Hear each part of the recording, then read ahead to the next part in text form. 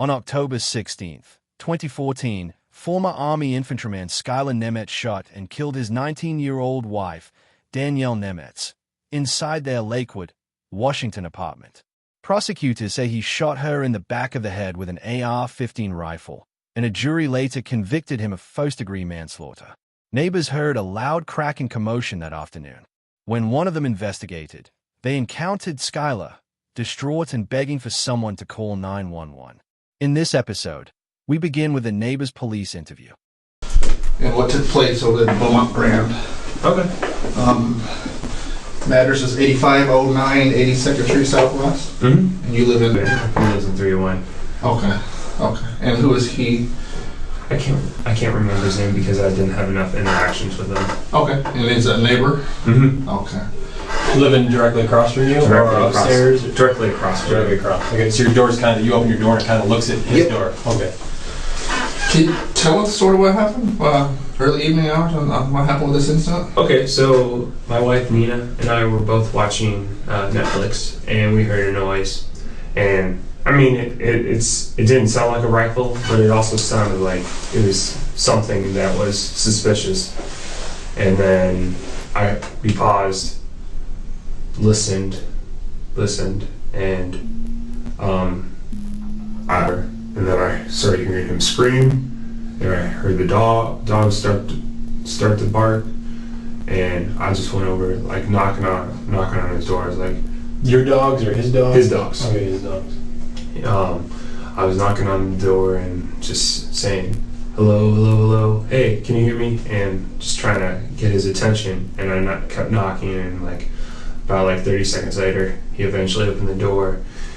He was white as all. His face was unnaturally white because it looked like he had seen a ghost or something, and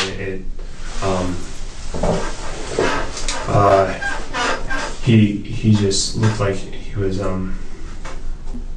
he was that just happened. So I was like, hey, what's going on? And he said, my wife was cleaning the rifle, and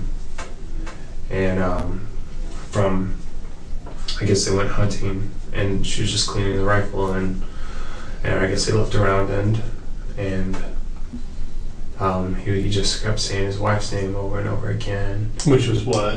I think I can't remember. I think it's Danielle. Danielle. I think that's right.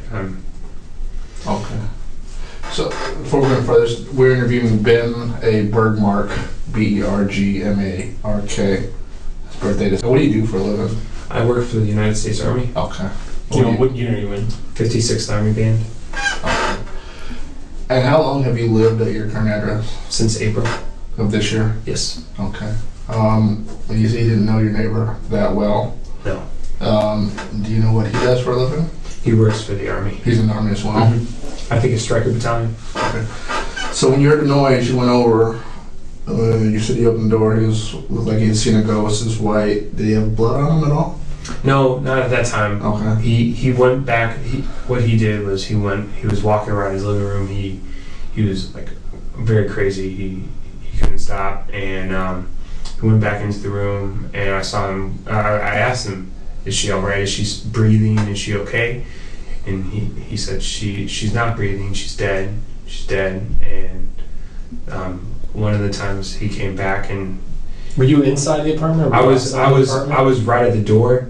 Like in the doorway or out the doorway or in like right at the doorway. I wasn't in his house. You weren't like in the living room or anything? I think I went in the living room to try to have him sit down, because at one time he's like, I'm gonna kill myself. I was like, you gotta sit down and you gotta relax. You can't do that.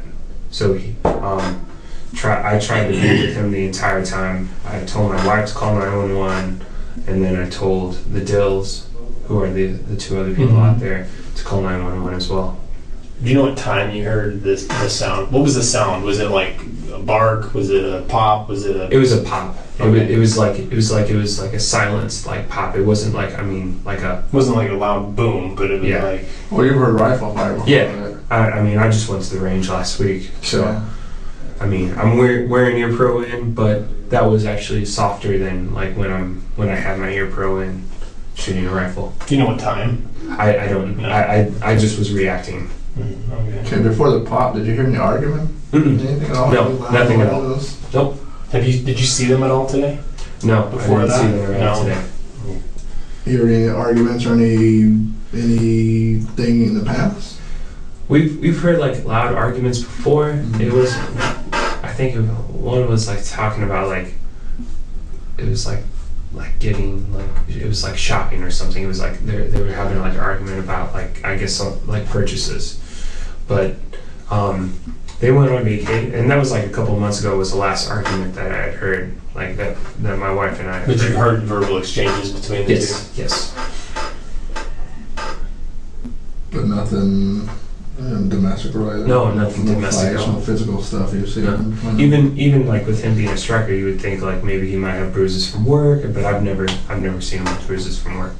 Have you ever seen her outside of today? Yes. Yeah. The interactions with her? They have 2 dogs, and my wife and I like dogs, so we've always petted their dogs. But that's like, I mean, I've had like small talk here and there, like just to talk to them. Or were they living there before you guys moved in? Yes.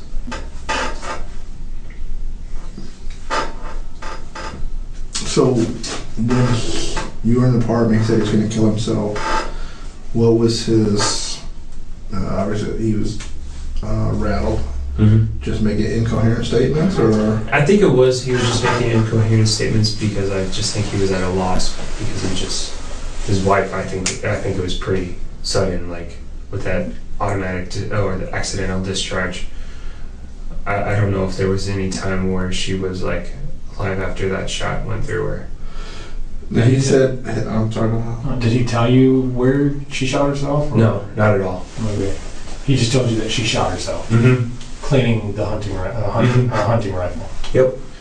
Now, when you were in the apartment, did you see any weapons at all? I did not see any rifles, Okay.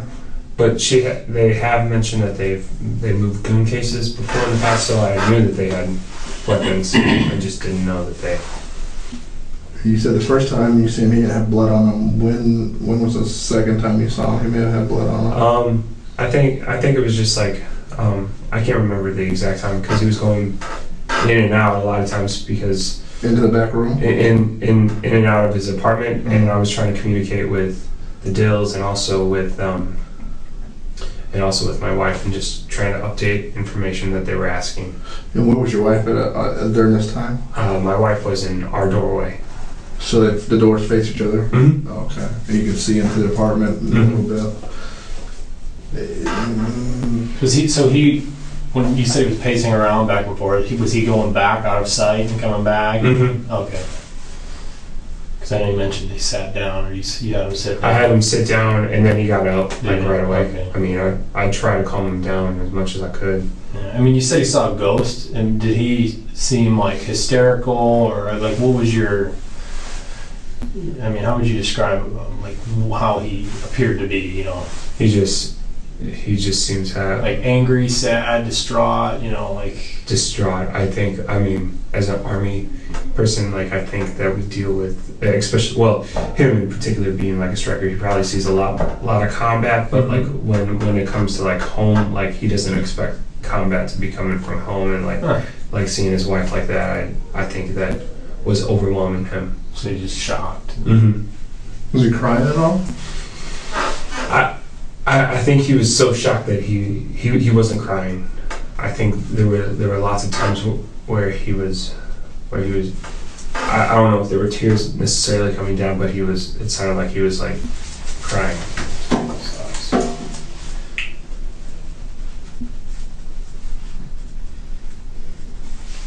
So you tell your wife to call 911, and you're talking with him.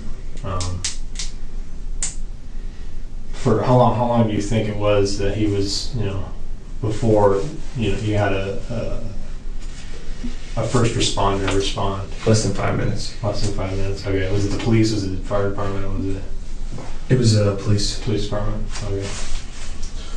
When the police showed up, what did they do right away? They contact him?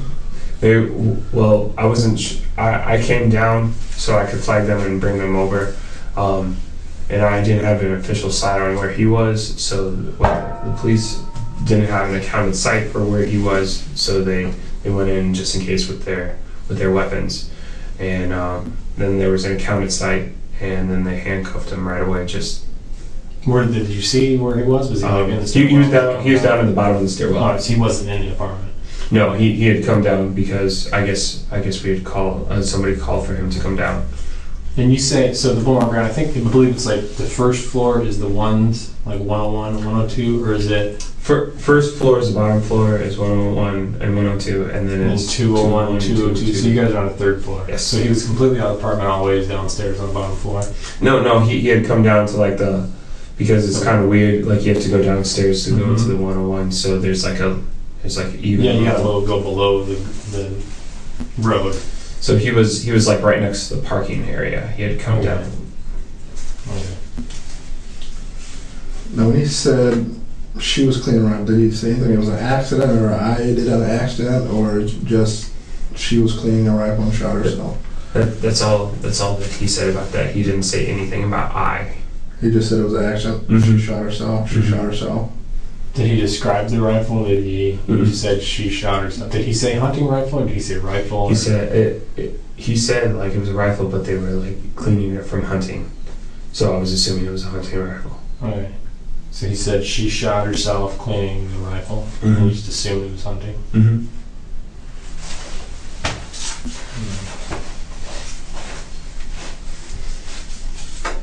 He didn't say where she shot herself? Nope.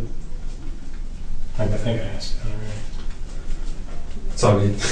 No, it's gonna get repetitive sometimes.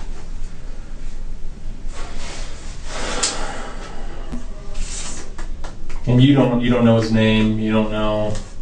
You've never hung out outside work, anything other than that. You guys haven't. So there's no relationship that you have other than neighborly. Hey, how's it Neighborly going? talk. Yeah. You ever seen him upset or mad in the past?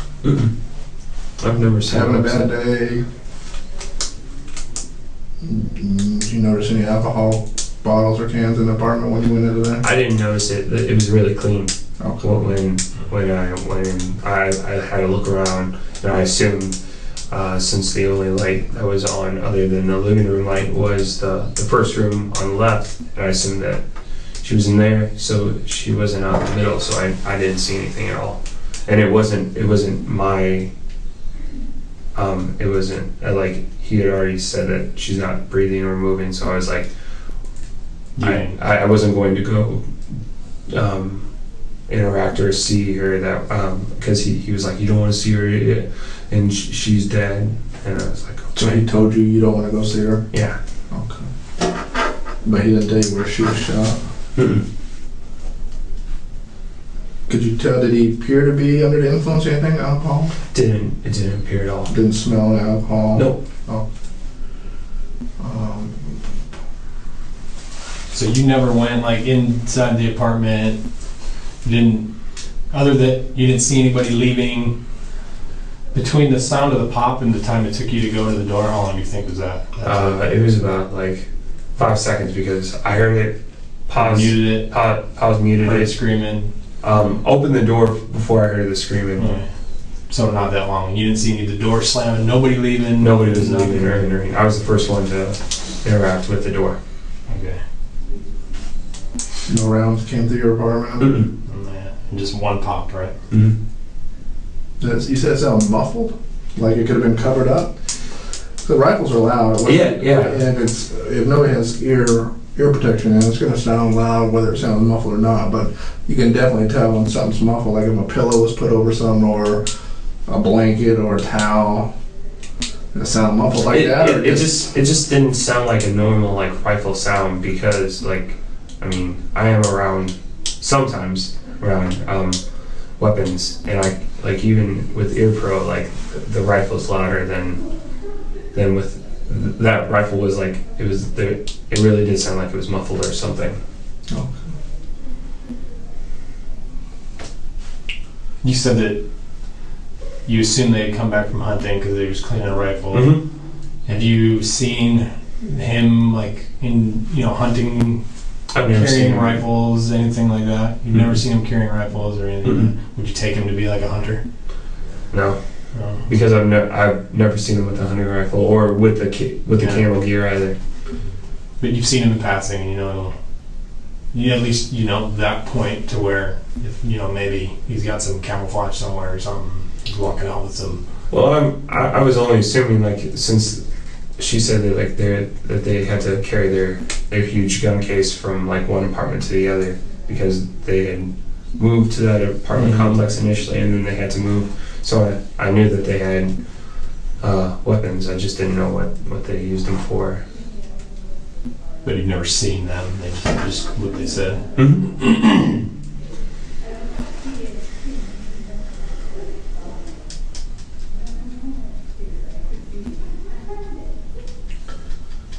That's it. Yeah, I think we're probably good. He didn't make no other utterances that, other than she's dead. I think she's dead. She's not breathing. It was an You don't accident. want to go back there. Mm-hmm. Now, did he try to step in front of you to prevent you from going back there, or he just you don't want to go see that? He, Or you don't go back there? he didn't step in front of me. He just said that. So in between that, the first time he didn't have blood on him. You said he went back several times. Mm-hmm. And then he came out. Then he had blood on him. Mm-hmm. Because I think he tried to pick her up, or like I don't know, like I don't know. if he- Where, you say you had blood on him. Like, was it like on his hands? Was It was on his Was he hand. covered in it? He wasn't covered in Okay. it. It was like on like he was wearing a white shirt, so the blood, like I think it was on his arm, like a little bit. There was like a little bit on his arm, and then there was a little bit on his shirt. Yeah. And that's after. So initially you saw him. There was no blood. There was on no him blood at all. at all. And then, I think he was probably in the other room because the TV was on, Mhm. and he was probably watching TV, and she was just cleaning. Okay. And the deals, you said, where were they at? Where did they stay at? So I was interacting with him, and I told my wife to call 911, and she was on the phone, and then I saw somebody else, and I was like, hey, can you call 911 as well? And they called 911, and then while they were on the phone, I tried to bring him out of the apartment as much as I could. I had him on the middle level, and then I went down and talked on the Dill's phone because they were wanting more information from me because I was the one that told them to call 911. Yeah. And all this time, he's not. Is he yelling for his wife? Or is he saying her name? He was, yes, he was, and my wife also said that he like curled up in a fetal position, like right next to her, when she was on the phone, like during, and when I was down. Oh, next to your wife? Yes, next to my Oh. wife. Okay. Well, that's So probably. he left so when you went downstairs, he came out of the apartment, and obviously, your wife didn't go into the apartment, or No, okay, she so didn't he go. came out and cuddled at the feet. Okay, so she didn't go in. Mm-hmm. Okay. Probably gonna be it. If we need more information, the detectives leading the case will probably contact you. What's a good phone number for you? 815-484-3443. And you don't know if you're 301 or 302? I think I'm 302. All right. I know my wife will be able to. Sure.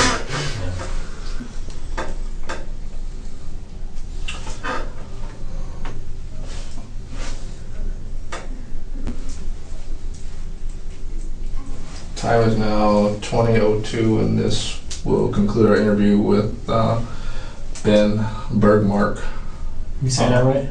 Yeah. All right. on October 16, 2014 at the Lakewood Police Department.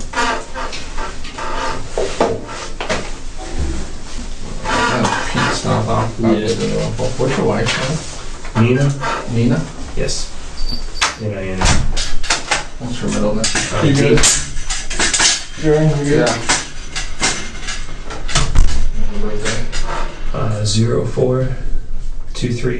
04-23-1987. You guys live in the same apartment? Yes.